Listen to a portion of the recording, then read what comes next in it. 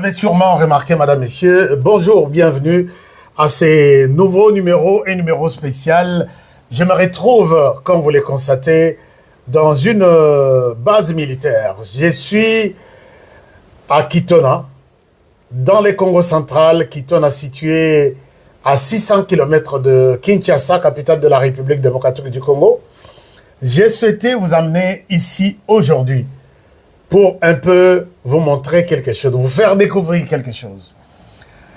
Je me suis décidé de venir ici à Mwanda visiter la base militaire de Kitona pour une raison.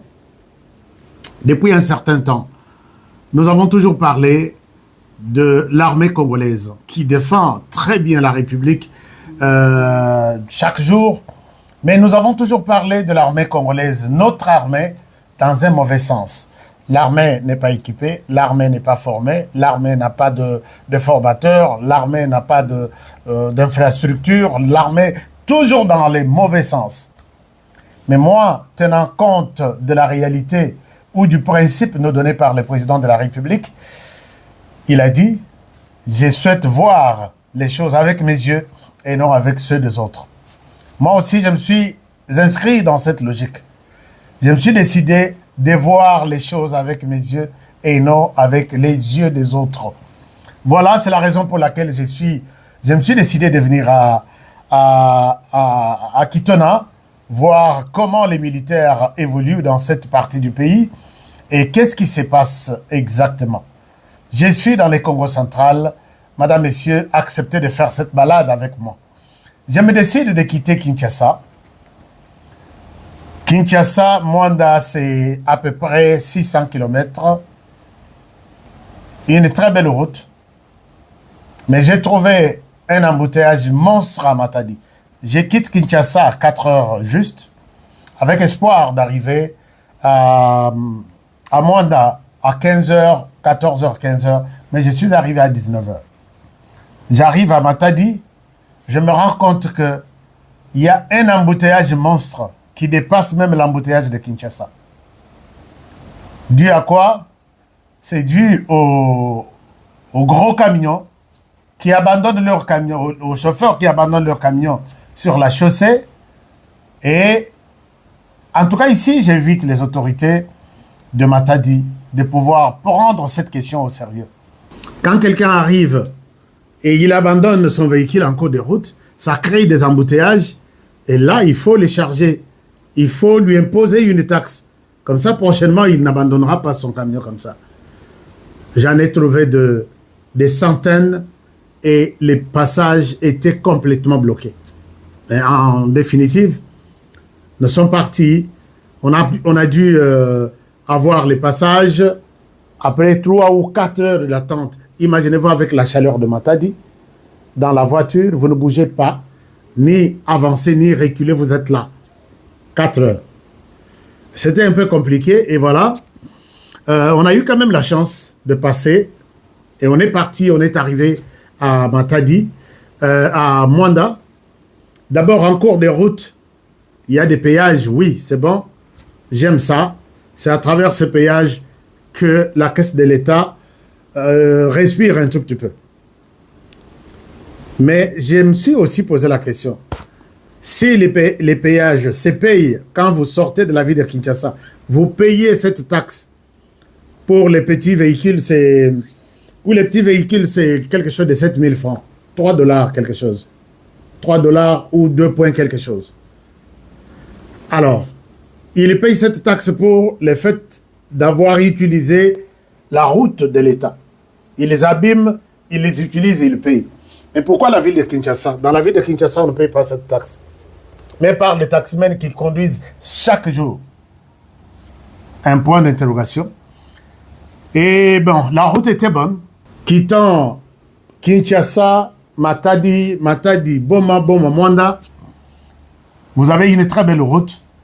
Et je pose la question aux gens à Mwanda. Vous avez une belle route. Quel est votre secret? Ils me disent que notre secret, c'est le président de la République. Ici, nous faisons aujourd'hui, Boma Mwanda, 1h15, 1h10. À l'époque, on faisait 2 semaines. Je dis quoi? 2 semaines. Alors, c'était un peu amusant d'entendre ça. Il faisait 2 semaines. Aujourd'hui, ils font 1h30, 1h15, 1h10, ce qui est une très bonne chose. J'arrive à Mwanda. Je trouve la base militaire de Kitona, une base très bien installée, à un emplacement magnifique, au bord de l'océan, ce qui est une très bonne chose. J'ai aimé vraiment l'emplacement de cette base. C'est vraiment stratégique.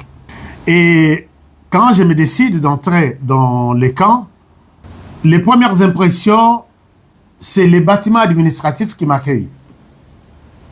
Un bâtiment administratif. Vous savez, chers amis, les premiers signaux peuvent vous montrer la suite de ce que vous allez vivre là-bas. Je vois le bâtiment administratif du centre d'instruction, qui est un bâtiment très, très bien propre, très bien réhabilité. Je pose la question, ça existait comme ça ou vous êtes venu trouver ça ou c'est vous qui avez fait ça? Ils me disent, Honoré, ici il n'y avait rien. Il y avait un bâtiment, mais personne ne pouvait avoir le courage de mettre les pieds. Et il restait travailler toute la journée. Un très beau bâtiment, bien réhabilité, avec de matériel, avec de bureaux confortables. J'ai visité tous les bureaux. En tout cas, j'ai eu la première conviction que l'armée congolaise est bien organisée. Alors, je me suis décidé de poser des questions. Comment les choses se passent? Les centres d'instruction de Kitona accueillent des militaires de partout, de jeunes, pour leur formation. Je me suis dit, pour un peu en savoir un peu plus, je dois d'abord voir s'ils recrutent les jeunes, ils les mettent où? C'est là que je demande à l'équipe, est-ce que je peux visiter les camps? Je remercie ici toutes les autorités militaires de la RDC qui ont accepté, qui m'ont donné l'autorisation de filmer ces camps. Mes sincères félicitations et remerciements pour nous avoir permis d'accéder à l'information. Alors, je reste dans les camps, je visite d'abord, on me dit, Honoré, si nous recevons les recrues, ils ont droit au sommeil d'abord. Ils doivent se reposer. Ils dorment puisqu'ils sont des hommes comme tous les autres. On me montre l'endroit où ces jeunes, quand ils arrivent à Kitona, là où ils dorment. C'est magnifique. Des lits fabriqués localement, mais les éponges et les draps, les blanquettes, tout est venu de Kinshasa. Les militaires, on sait que... donc vous avez l'impression que nous sommes à un endroit bien organisé, bien structuré. Et voilà, c'est tout ce que vous êtes en train de voir dans tous ces bâtiments dehors. Et ça sera pareil, c'est pareil déjà. C'est bon, félicitations pour ces grands. Alors j'ai dit, waouh, d'abord, à voir l'endroit où les militaires dorment. Hein, ça donne un peu de l'espoir. Et j'en ai eu.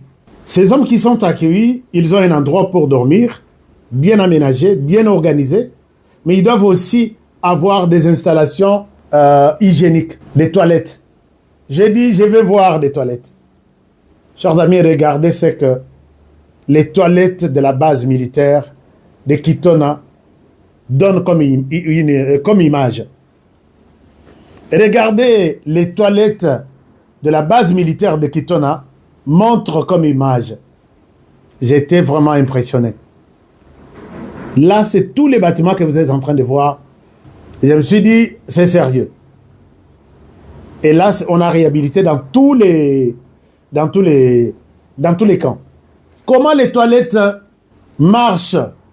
Est-ce qu'ils ont de l'eau? Ils me disent que ces toilettes ici, Honoré, que nous avons déjà fini à réhabiliter, d'autres, les travaux sont en cours. C'est depuis la création de ces camps ici. Alors que l'histoire montre que la base militaire de Kitona a été créée en 1950-1960. Donc rien n'a été touché. Que ce soit la peinture, toutes ces générations ici, et tous les pouvoirs qui se sont succédés. Mobutu, Kabila les pères, Kabila les fils, personne n'a pensé refaire cette histoire. On me dit que personne ne pouvait accepter de venir s'installer ici, faire la formation et gérer et les personnels et tout ce que tu vois ici. J'ai dit, pour faire ce genre de choses, il faut avoir aimé les pays. Alors, je termine au niveau des toilettes. Je pose la question, comment les toilettes sont entretenues? Est-ce que vous avez de l'eau? Et c'est là qu'on me montre la solution qui est trouvée. Donc, à chaque question, il y a une réponse. On me montre des forages. Des forages, on a parlé ici longtemps pour des forages, mais là, j'en ai vu. Des forages avec des panneaux solaires qui, quand il fait chaud, juste une petite chaleur, ça tourne de l'eau et tous les camps sont alimentés. Il y a de l'eau de la régie des eaux et il y a de l'eau propre à la base. C'est cette eau qui vient des forages que je vous montre. J'ai vu que les choses sont organisées et je dis, c'est une nouvelle base que je suis en train de voir. Je ne sais pas si c'est vrai, mais ce n'est pas fini. Je me dis, ok, j'ai vu les toilettes, j'ai vu les forages, j'ai vu les lits. Alors comment ces jeunes mangent? C'est là que je découvre que l'armée de la République démocratique du Congo est en train de prendre une autre dimension. Chers amis, on me montre ces maisons en verre que vous êtes en train de voir ici. Ce sont des cuisines qui n'existaient pas. Il y a plus d'une quinzaine. Il y a une quinzaine. On me dit que ces cuisines, c'est pour chaque coin du camp. Et ils sont logés ici. Ils ont leur forage pour de l'eau, dans des toilettes et dans leur douche. Et ils ont leur cuisine. Et chaque cuisine prépare pour ces gens ici. Et ils ont innové. Pour bien préparer, ils ont innové. À l'époque, ils construisaient et ils cuisinaient avec de bois de chauffage, avec de braise. Mais là, ils utilisent du gaz. Et je trouve ici un garçon très courageux, un militaire bien entendu, très expérimenté, qui m'explique comment il trouve du gaz, comment donc c'est lui, je crois, le directeur de la cuisine. Et c'est extraordinaire. Gaz yango yo. Ba gaz yango. Ezaka ka oye. Okomi kaka awa. Bali ko fungolela yango lokola ataka diozo matisa volume. Ne bongo ya liboso. Deuxième. Oui, osimbi van oil. Ko fungoleli yango nyonso. Ebandi ko kotambola na ba tio. Na ba tio nyonso ezana kwezi. Ni kabuna liboso. Awa na fungoli yo na oyoki. Pesi bango mala moko pression. Déjà correct. Wow. Quand on a déjà on a tiens on a 3 heures. 6 heures déjà matin ce pays. La lampe. Félicitations. Alors, il s'appelle Paluku. Voilà comment Paluku nous montre comment les gaz marchent. Et là, nous sommes dans son atelier, là où il prépare les histoires avec son équipe pour tous les militaires. Donc, qui fonctionne avec du gaz. Et Paluku, félicitations. Félicitations, cher Paluku, tu maîtrises bien ton travail. Donc, c'est une innovation. Et là, je me suis dit, à chaque question, je trouve ma réponse. Finalement, je me dis, ok, j'ai vu toutes les histoires. Je vais voir où ces gens s'entraînent. C'est ainsi qu'on me montre la piste d'obstacles. On me dit que ça n'existait pas. Ce qui existait a été abandonné, il n'y en avait plus. Et votre armée a réhabilité. Toute cette piste que vous voyez ici, c'est réhabilité par cette armée ici. J'ai dit, waouh! Quand je me pose la question sur la manière dont la base est électrifiée, on m'amène à un endroit stratégique qui est les centres pour l'électricité. L'électrification de la base. Chers amis, je trouve ici encore une innovation, encore des dispositions qui m'ont étonné. Regardez ces générateurs. La base militaire, sur le plan électricité, est très bien organisée. Je trouve deux générateurs permanents et qui fonctionnent très bien. Le premier est un tout petit peu petit. Le deuxième, c'est un générateur pour toute une usine. Et on me dit que ça, c'est tellement puissant que nous n'arrivons pas à l'utiliser ici. Puisque toute l'utilisation de la base, on n'arrive même pas à 25%. Or, pour ces générateurs, il faut que la charge, pour ces générateurs, il faut que la charge de sa consommation arrive jusqu'à 25% au minimum. Là, ça peut bien tourner. Mais là, nous allons les faire souffrir puisque on utilise tout ici dans les camps. On n'atteint même pas 25% de la charge pour ces générateurs. C'est tout un conteneur. Je n'ai jamais vu ça. Chers amis, même aux États-Unis, par moment, il y a des endroits où on ouvre les camps pour une visite guidée. Vous trouvez des générateurs pour leurs activités. Mais je n'ai jamais vu ça. Je n'ai jamais vu un tel générateur. Et pour avoir un tel générateur, pour les militaires, je pense qu'il faut avoir quelqu'un qui a la volonté de voir l'armée congolaise changer. Puisque les autres ici vont prendre un tel générateur. Non, je ne pense pas. Puisque je ne sais pas combien ça coûte. Ça coûte peut-être à des millions. Quelqu'un va vous ramasser un truc là. Bon, ce sont des militaires qui sont en brousse. Laisse-moi aller leur jeter ça. Il va vous jeter un générateur qui aura des problèmes aujourd'hui et demain. Mais celui-ci, c'est toute une machine. Je dis, Seigneur, comment vous allez alors l'utiliser? Ils me disent que nous pourrons imaginer une stratégie du genre envoyer de l'électricité à la cité. Demander aux gens à la cité d'utiliser leurs appareils. Et ce ne sont même pas des congélateurs et les autres, non. Il faut des usines, même de soudure. Il faut des outils puissants qui vont consommer, qui vont utiliser une bonne consommation de ces générateurs. Je dis non. Si on n'a pas des gens de bonne volonté dans l'armée, quand même on en a ici.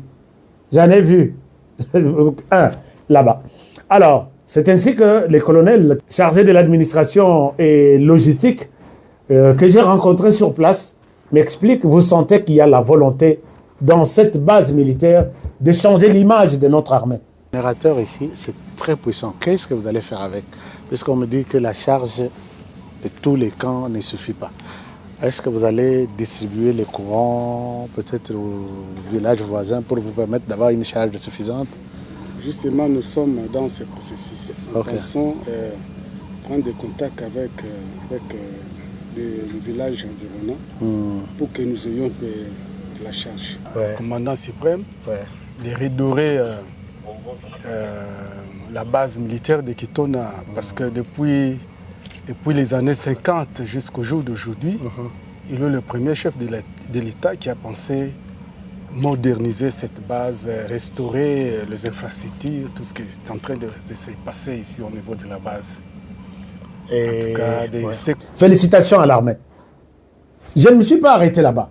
Je me pose la question, j'ai vu tout bien organisé, mais je me suis posé la question, si vous vous entraînez et que certains soldats arrivent à trouver des problèmes, à se casser des jambes et des bras, est-ce que vous avez une structure médicale ici pour prendre en charge les militaires? Ils me disent, Honoré, calme-toi, apaise-toi, tu y es à Kitona. New look. Tu y es à Kitona, sois calme. On m'amène dans cet hôpital. Chers amis, je ne souhaite pas être flatteur, mais je me suis dit personnellement que ces gens qui ont pris l'initiative de réhabiliter cette base et surtout cet hôpital soient bénis. J'arrive, je trouve cet hôpital réhabilité, non seulement à l'extérieur comme vous voyez là, j'entre même à l'intérieur. J'ai visité, j'ai vu, waouh. Donc tout le monde peut se dire waouh, tout s'est organisé, de matériel, de lits, de bonne qualité. Donc la personne qui est logée à la base militaire de Kitona n'a pas intérêt à envier, à aller se faire soigner en Europe, aux États-Unis, puisque tout est là. Et le médecin me dit, Monsieur Honoré, j'étais ici, je marchais à pied. Le véhicule qui est dehors là, c'est pour moi, le médecin. Et j'étais ici, je n'avais pas de prime, je n'avais rien. Tel que vous voyez là, la maison réhabilitée, et même le personnel a été aussi réhabilité. Une fois, j'avais parlé aussi, parce que le commandant suprême est passé ici au mois de décembre 2022. Et nous avons posé nos doléances. Entre autres, l'hôpital était vraiment un mouroir. 2022. 2022. Ok. On a posé pas mal de problèmes. Et il nous a promis, je pense en venant ici, vous avez vu une Jeep dehors. Ouais, ouais. Moi, je marchais à pied, il n'y avait même pas d'ambulance. L'hôpital n'était pas réhabilité, tout. À travers la maison militaire, le commandant suprême, ce qu'il nous a promis, il a réalisé. Tout ce qu'il avait promis. Oui. Réhabiliter l'hôpital. Réhabiliter l'hôpital, on a posé le problème, char automobile, c'est fait. Et l'hôpital, non seulement la réhabilitation, c'est équipé aussi. Équipé. Et tout est redevenu vraiment à sa place. Et c'est la joie. J'ai senti, j'ai vu vraiment la joie. On n'avait pas seulement ça. Tu vas voir les ambulances dehors là. C'est pour cet hôpital. Et je pose la question, dans combien de mois vous avez fait ça? Il me dit que c'est pas une année. Tous ces travaux ici. Dans tous les cas, hein, pas plus d'une année. C'est dans quelques mois. Donc, j'ai compris que avec la volonté, on peut faire quelque chose. Je pose la question, mais ici, l'hôpital est là, retapé. C'est une structure aujourd'hui moderne. On peut compter sur ça. Mais au cas où les gens, certaines personnes arrivent à décéder, même lors de l'entraînement, quelqu'un peut mourir. Est-ce que vous avez prévu une solution pour ça? Honoré, calme-toi. Viens, là je sors. Il me montre une morgue nouvellement construite qui n'a jamais existé dans cette base ici. Et la capacité, et je me suis dit les choses ici, peut-être c'était une base militaire de Kitona, l'ancienne là que nous avions dans nos têtes, mais aujourd'hui, nous avons affaire à une nouvelle armée, bien organisée sur tous les plans, à tous les niveaux. J'ai tout visité, je me suis dit, bon, j'ai vu tout, mais comment ces gens mangent? Je me suis posé la question de savoir comment ces gens mangent. Ils me disent, Honoré, calme-toi. Je vais poser la question aux militaires. Ils disent, est-ce que vous mangez ici? Ils me disent, tu vas voir comment nous mangeons. Chers amis, les choses ont changé dans l'armée. Ils mangent 3 fois par jour. Je vous ai dit au début de cette vidéo que j'ai souhaité parler de ce que j'ai vu. Ils mangent 3 fois par jour. Matin, midi et soir. Et comme par curiosité, il est 12h15. Je me pointe à la cuisine, là où il faut se servir et aller manger. Je vois que les repas étaient déjà prêts. Ça va, merci beaucoup.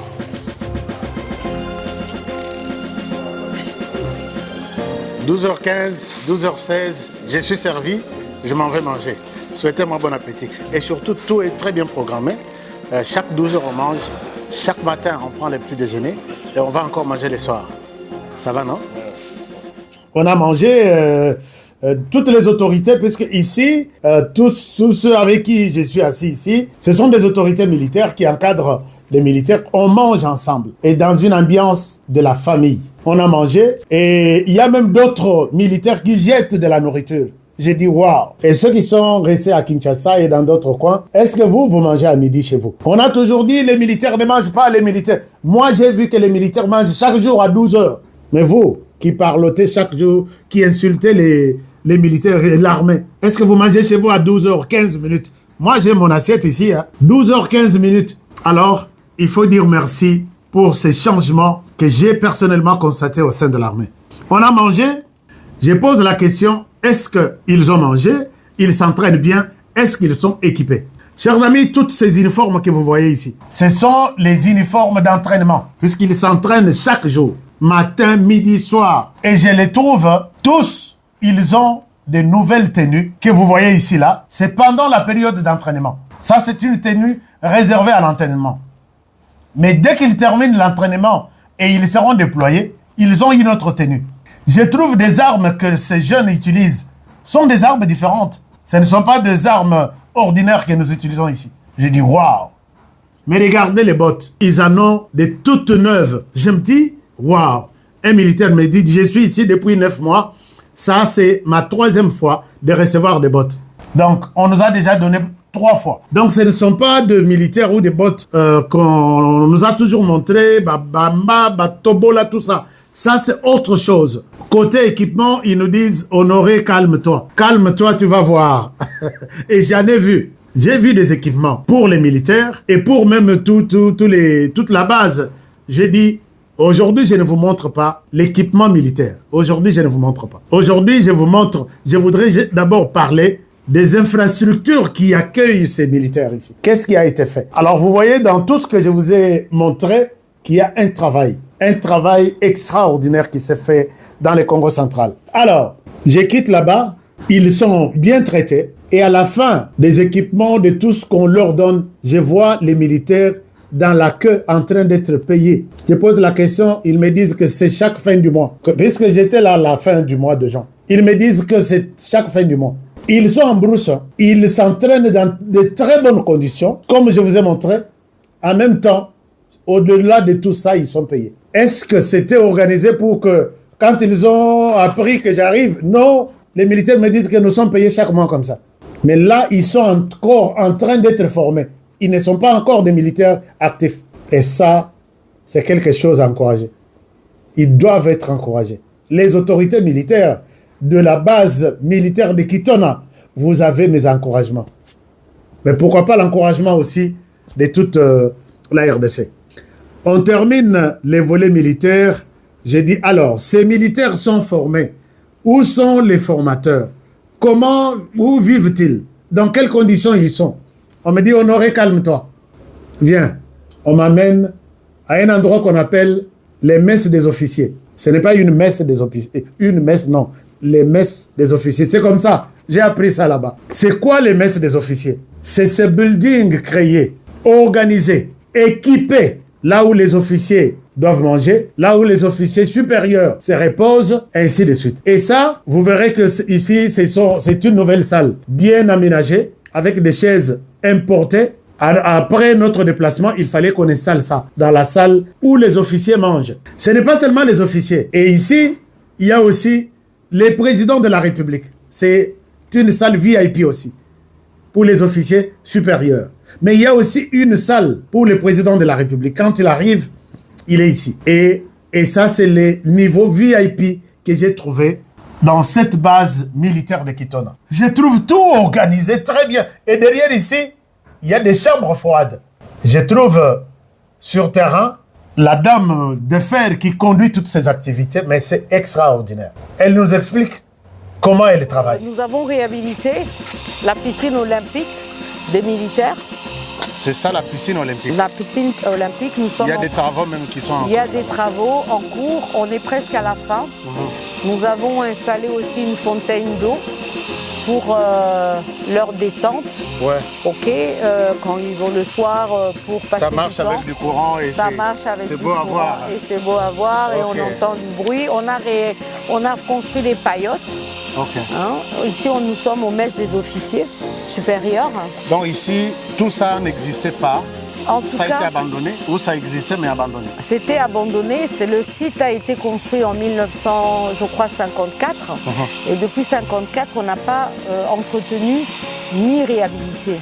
Donc c'est vraiment sous le chef de l'État et la maison militaire avec le général Toumba qui a beaucoup de volonté de vouloir réhabiliter. Oui, je vois vraiment qu'il y a volonté de refaire tout ça. Voilà. Et il y a quoi autre que vous avez réhabilité ici dans ce site? Donc nous avons refait tous les vestiaires que vous voyez. Nous avons refait aussi l'électricité parce que bon, c'était un peu mitigeux. On est en train de réhabiliter aussi les petites piscines. Ah, ça c'est pour les enfants. Pour les enfants des militaires. Et nous avons réhabilité le mess des officiers. La grande salle VIP. Oui, les salles VIP pour les officiers haut gradés, ainsi que quelques salles de la présidence. Si le président et vous avez retouché cette paillote ici et l'autre là au fond. Et les trois. Donc si le président de la République vient ici, il a son salon VIP. Salon VIP pour le chef de l'État, c'est de l'autre côté. Exactement. Donc derrière, nous avons deux chambres froides, positifs et négatifs, c'est-à-dire un frigo et un congélateur pour stocker tous les aliments, les boissons, etc. Et derrière, nous avons fait également des cuisines paillotes pour préparer à l'extérieur tout ce qui est barbecue. On a fait un petit four de pain pour les mamans ici, pour les officiers. Là, nous terminons les messes des officiers. un endroit très bien aménagé, propre, loin même des autres endroits à Kinshasa. On me montre des paillotes où ils vont se reposer. À part des paillotes bien aménagées, restructurées, qui étaient abandonnées en pleine brousse. On me montre cette piscine. Et la piscine, les travaux sont en cours où les militaires qui passeront par la force navale, ils vont apprendre à nager. Les militaires et leurs enfants vont utiliser la piscine tous les jours. Et non seulement pour les adultes, mais il y a aussi l'autre ici à côté pour les enfants. C'est un grand exploit. Et moi, j'ai dit non. Mais depuis tout ce temps-là, où étiez-vous? Les autorités militaires, vous qui avez cette volonté de changer les choses comme ça, vous étiez où? C'est sur ce terrain que je rencontre la personne qui conduit les travaux et elle était impressionnante. Quand je pose la question, après tout ça, qui est derrière tout ça? Il y a un seul nom qui m'a été cité, un seul nom qui circule. Et il y a même d'autres militaires qui me disent qu'il fallait que cet homme soit ici. D'autres me disent que cet homme est un blanc. Honoré ne suivait pas sa peau. C'est un blanc. Et derrière tout ça, il y a cet homme. Le général Égide Ngozi. J'ai fait le tour. Il y a un seul nom qui apparaît. C'est le général Égide. Quel est votre secret? Le nom, c'est le commandant suprême. D'accord. C'est dans le cadre de la montée de puissance de notre armée où le président de la République a voulu mettre le militaire en première position. Je vois la personne qui est très calme, encore jeune. Mais ce qui m'a impressionné, je ne l'ai pas vu un seul instant, tous les jours que j'ai fait là-bas, assis dans son bureau pendant plus d'une heure. Donc, il se réveille, il commence le terrain. Il vient au bureau, il regarde comment le bureau évolue. Il retourne, il est sur le terrain. J'ai vu des gens qui travaillent. Mais j'en ai vu un ici devant moi. Quand je lui pose la question, on parle de vous partout. C'est quoi votre secret? Les conditions, c'est comme un bureau que vous voyez ici. Les Belges qui habitaient ce bureau autour des années 59, s'il revient aujourd'hui, il va l'oublier.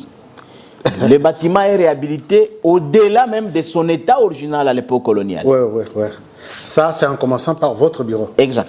Ça, il y a volet instruction, il y a volet prise en charge et autres, et il y a volet aussi financier, c'est-à-dire le président a dit on s'occupe plus de militaires qui sont en opération. Mais les gens qui vont en opération, ils commencent par la formation et ensuite l'opération. Donc alors, il faut d'abord équiper. S'il y a une bonne formation au départ, c'est-à-dire plus la formation ou l'entraînement est dire, plus le combat est facile. Voilà pourquoi il a dit, au niveau de la formation, les jeunes gens vont commencer à manger 3 fois par jour. Une prise en charge totale. Moi-même, j'ai mangé. Ils ont le petit déjeuner le matin, ils mangent à midi et le soir. Ouais. Ils ont des lits, vous avez vu des lits, et chacun a un lit et chacun a un matelas.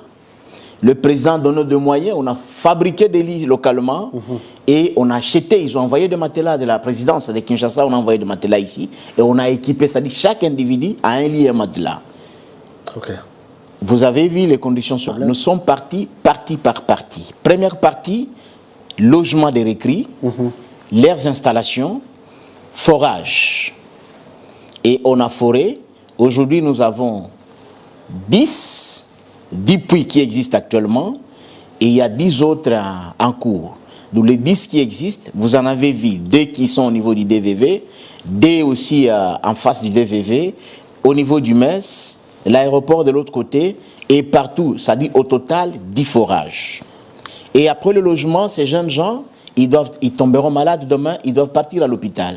D'où il faut la prise en charge sanitaire. Exact. Et voilà pourquoi on a réhabilité l'hôpital, d'où l'idée du commandant suprême. On a réhabilité l'hôpital. Et l'hôpital a été réhabilité.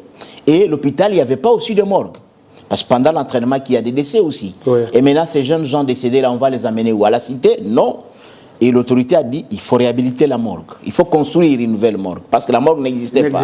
Et on a construit une nouvelle morgue que vous voyez là, pas neuve, avec une capacité de 115 corps. Ouais. Dans le temps, on cuisinait avec les bois de chauffage. Mais nous nous sommes dit, on va faire la lutte contre les déboisements et la destruction plutôt forestière et autres. Et on a acheté, l'autorité a dit, il nous faut des cuisines en gaz. Ça, c'est une idée qui est venue du chef de maison militaire. Et il dit, non. nous devons lutter contre la destruction des forêts. D'où on peut faire des cuisines à gaz comme nous sommes à côté de la mer. Et vous avez vu des cuisines à gaz qui existent. Et l'endroit où je vous ai trouvé en train de manger. J'en ai trouvé. Il y en a combien au total là? Il y en a 13. 13. 13 cuisines à gaz. Ça n'existait pas, tous ces bâtiments verts ici? Ça n'existait pas. C'est nouvellement construit. L'objectif du commandant suprême, c'est amener cette armée, relever le défi. Et ces défis, c'était quoi? D'abord, une mauvaise formation. Maintenant, aujourd'hui, les militaires sont formés. Nous avons des jeunes gens formés. C'est un défi qui est relevé. Formés et équipés. Et vous avez vu, vous êtes le témoin oculaire. Les jeunes gens sont formés et ils sont équipés. Ils ont l'équipement. J'ai vu. J'ai vu des bottes. Ils ont l'équipement. Toutes neuves. Pas seulement le récrit, mais aussi le cadre. Ok. Le cadre, il y a une prise en charge totale des cadres. Ils sont pris en charge. Et dans le temps, les instructeurs avaient leur prime qui était à, je peux estimer, autour de $20.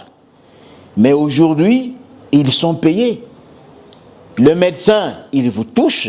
Il a dit même que ma prime est régulière. Régulière, et il ne peut pas envier un médecin civil. Ils sont au-delà des primes de médecins civils.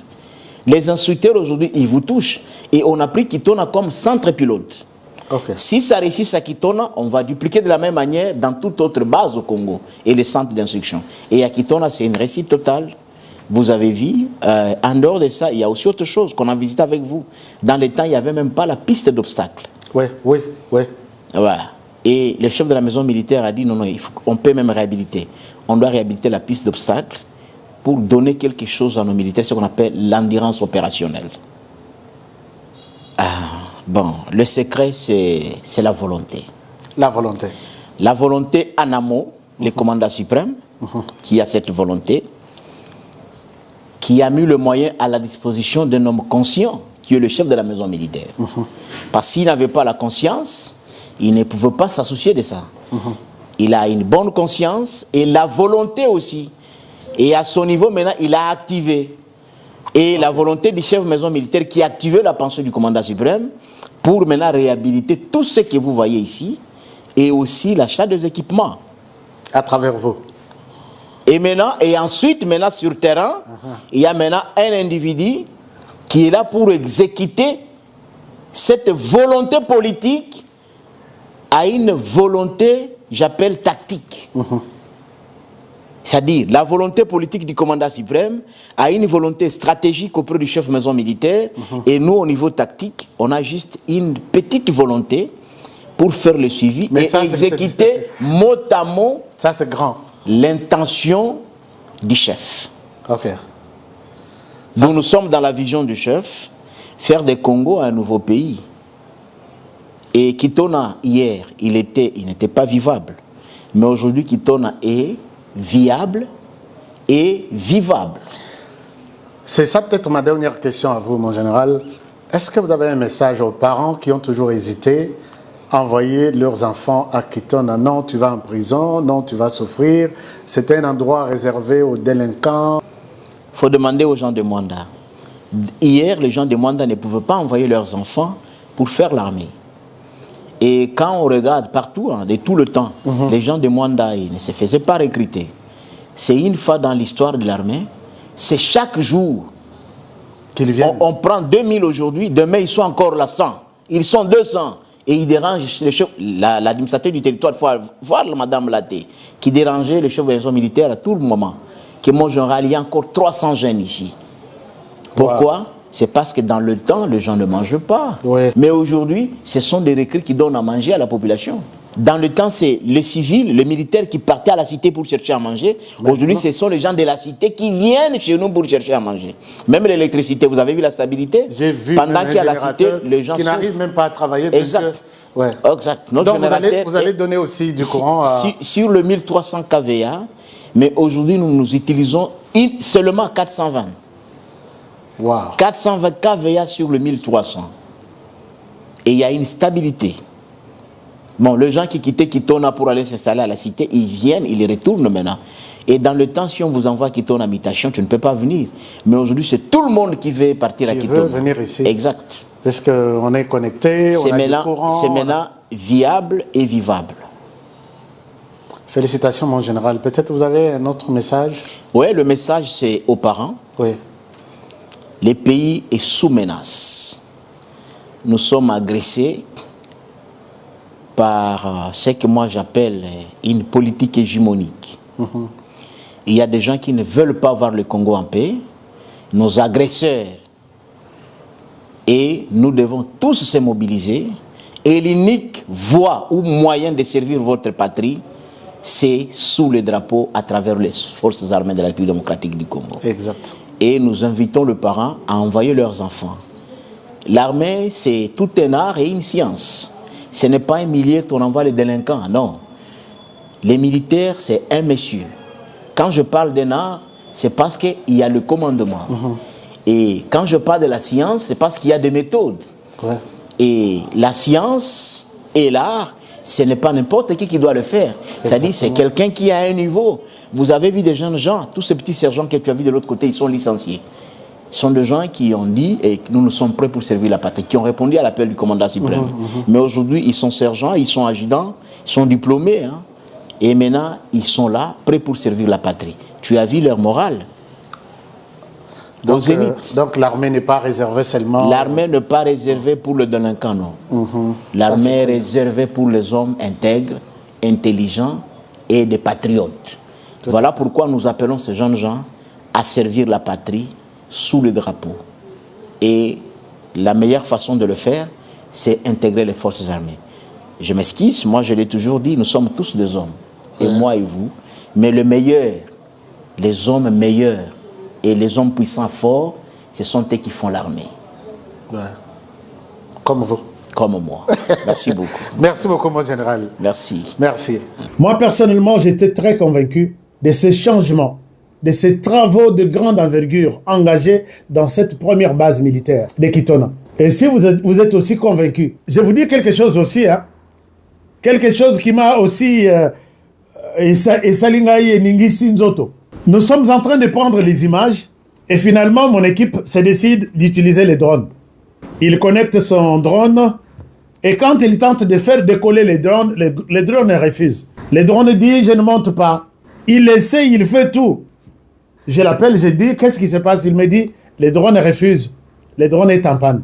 Alors que les drones n'étaient pas en panne, la base militaire de Kitona est sécurisée. Quand je vous dis que cette guerre ici n'est pas seulement la guerre physique, hein, des armes, non. Ce n'est pas une guerre seulement des hommes, c'est une guerre aussi numérique. Notre drone n'a pas décollé dans cette base militaire de Kitona. Donc, l'espace aérien de cette base est sous contrôle. Nous, à l'époque, on avait ce genre de choses. Je me suis dit non, on n'en avait pas. Et l'armée est en train de changer. Félicitations, tout est contrôlé. Donc, comptez aussi, au sein de votre armée, nous avons une armée numérique aussi. Et pour tout ce qui reste comme technique, nous, c'est notre drone qui n'a pas marché. Mais quand on est allé en dehors de la base militaire de Kitona, les drones s'est envolé. J'ai dit, Seigneur, ces choses ici. Donc, si vous êtes aussi convaincus de ces changements, j'ai vu la base militaire de Kitona se métamorphoser avec de grands travaux, de grandes envergures, avec les autres. D'ailleurs, dans les travaux ordinaires ici, gérés par les civils, l'argent, on ne voit même pas un tel résultat. Impossible de voir un tel résultat. Mais je vois certains frères et sœurs congolais qui se permettent de dire, d'insulter l'armée. De dire que l'armée, au sein de l'armée, il n'y a pas de gens qui gèrent. Moi, j'ai vu des gens, des travailleurs, c'est au sein de l'armée. Et l'armée est en train de changer. Vous devez voir, est-ce que c'est seulement à la base militaire de Kitona ou ça se fait aussi partout? Si c'est comme ça, c'est partout, dites-vous que vous êtes en face d'une nouvelle armée qui est en train de venir. À tous les niveaux et sur tous les plans. Félicitations, bravo au général Agid Ngoyi qui m'a accueilli gentiment, avec beaucoup de joie. Il était content de me voir. Coup de chapeau. Félicitations au chef de la maison militaire qui a accepté de mobiliser tout cet argent pour concrétiser la vision du président de la République qui veut voir une nouvelle armée. Chers amis, tous les Israéliens que vous avez, les Égyptiens que vous avez vus là, au sein de l'armée, vous ne les verrez pas. Vous ne les verrez plus. ils vont disparaître un après l'autre, puisqu'une nouvelle armée est en train de venir. J'ai vu, moi-même j'ai vu. Et félicitations également au chef de l'État qui a donné sa vision au chef de la maison militaire, qui a mobilisé de l'argent et qui a assuré la transparence. J'ai vu l'argent parler sur le terrain. Et félicitations au général Egide Ngoyi pour l'exécution de ces travaux, tout en interprétant, pour interpréter et concrétiser la vision du chef de l'État. Je vous remercie tous d'avoir suivi cette vidéo. Et si vous l'avez aimé et vous êtes content du travail de votre armée aujourd'hui et de l'armée que vous êtes en train d'attendre qui va sauver ce pays, dites merci à toute cette équipe. Et je vous dis sincèrement merci d'avoir suivi cette vidéo. Cette balade de Kinshasa à Kitona et partagez cette vidéo. Parlez aux autres. Nous avons beaucoup parlé derrière nos petits téléphones, derrière nos petits écrans. Parlez aussi derrière cette vidéo. Et dites-moi ce que vous pensez de l'armée de demain. Je vous demande de dire des mots encourageants par rapport au travail spectaculaire que vous avez vu. Et je reviendrai à vous pour d'autres numéros à la découverte de la nouvelle armée congolaise. Merci de nous avoir suivis. Prenez bien soin de vous et travaillons tous dans la beauté des choses, car chaque jour est une vie. À très prochainement pour le prochain numéro. Bonne journée chez vous. Au revoir.